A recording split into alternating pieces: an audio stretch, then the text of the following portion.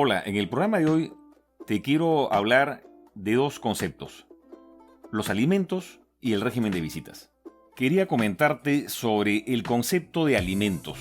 ¿Qué son los alimentos? Los alimentos son todo aquello que sirve no solamente para el sustento en sí, sino también que comprenden cosas como la habitación, el vestido, la salud, de pronto la salud mental, de pronto también, por ejemplo, todo lo que tiene que ver con el embarazo y posparto, con la recreación. Todos esos conceptos se engloban dentro de lo que se conoce con el nombre de alimentos. ¿Y quiénes están obligados a prestar los alimentos? Bueno, están obligados a prestar los alimentos los cónyuges, los ascendientes, o sea, los abuelos, por ejemplo, los descendientes, por ejemplo, los hijos, los hermanos. ¿Y cómo es esta situación de alimentos? ¿Cómo es que se hace efectiva? ¿Cómo es que al final yo digo, tengo una pensión de alimentos? Bueno, puede ser por dos formas, ¿no? De pronto ha habido una conciliación en la que de pronto hemos conciliado ahí cuál es el monto de alimentos que tú vas a pasar, o existe un juicio en donde también se ha establecido un monto en donde tú debes de pasarle a tus hijos, o a tus padres, o a tu hermano, o a tu esposa. Estos alimentos es importante que sepas que no se pueden renunciar, es decir, son irrenunciables. Yo no puedo decir, no quiero recibir alimentos. Tampoco puedo decir, vamos a transar, vamos a acordar entre nosotros que no me pases alimentos. ¿Correcto? ¿Qué está pasando en estos días con relación a este concepto que acabo de explicarte? Puede ocurrir que te esté pasando lo siguiente. Tenías ya fijada una pensión alimenticia a través de un acta de conciliación en un centro de conciliación, o a través de una sentencia judicial, o de pronto a través de lo que se llama una asignación anticipada de alimentos. Es decir, mientras seguía el proceso judicial, ya el juez había dictado una cantidad que yo debía pagar como concepto de una suerte de pensión alimenticia adelantada. Y bueno, ha ocurrido cualquiera de estas posibilidades. Me he quedado sin trabajo, me han reducido el ingreso que yo percibía mensualmente, o de pronto ha habido lo que se denomina una suspensión perfecta de labores. Y en consecuencia me he ido a mi casa sin ganar dinero. ¿Qué puede ocurrir frente a estos hechos? ¿Qué puedo hacer? Mira, si estás con un tema de suspensión perfecta de labores, tienes la opción clara y concreta de percibir un dinero. ¿Cómo lo vas a percibir? Tu CTS, que te van a pagar, tu AFP, que también puedes retirar, y entonces tienes ahí un dinero en donde perfectamente puedes destinarlo a poder cumplir con tu obligación alimentaria. Ojo, los alimentos solamente pueden llegar a cubrir un 60% o hasta un 60% de lo que yo gane. Y también hay que tomar en cuenta que no puedo yo llegar a una situación de poner en riesgo mi subsistencia al pagar los alimentos. Pero como te explicaba hace un instante, tengo dinero que me va a llegar, sea por mi CTS, sea por mi AFP, y entonces voy a poder cumplir con esta obligación ya pactada. Ahora, ¿qué ocurriría si de pronto, más bien, me han reducido mi sueldo? Y entonces ahí es un tema en el que obviamente hay que probar esta situación. Y en segundo lugar, estamos viviendo tiempos en que hay que ser sumamente empático, sumamente solidario.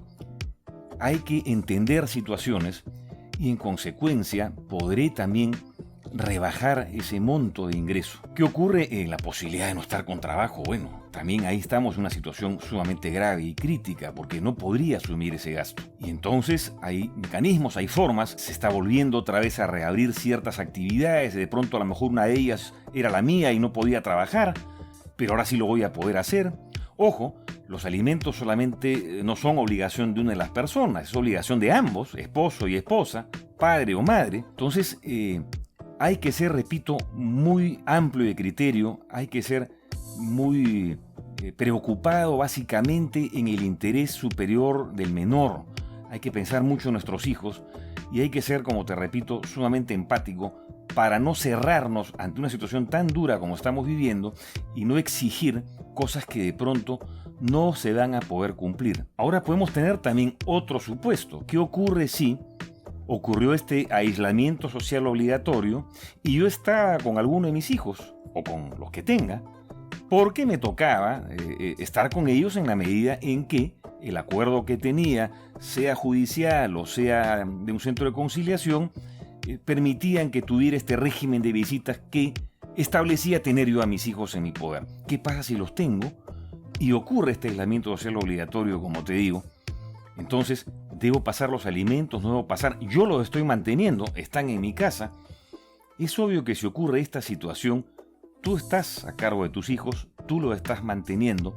Es evidente que esa situación tendría que explicarse oportunamente para que al final no tengas por qué estar pagando una pensión alimenticia y además solventando el hecho de tener a tus menores hijos en tu propio hogar. Colateralmente a este tema de alimentos también ocurre otra situación que podríamos estar viviendo en estos tiempos, y es que de pronto tengo un régimen de visitas, es decir, se ha establecido, ya sea con una sentencia judicial o ya sea con una conciliación, que cualquiera de los padres tiene derecho de visitar, ver, compartir, sacar del hogar donde se encuentran los menores a sus hijos.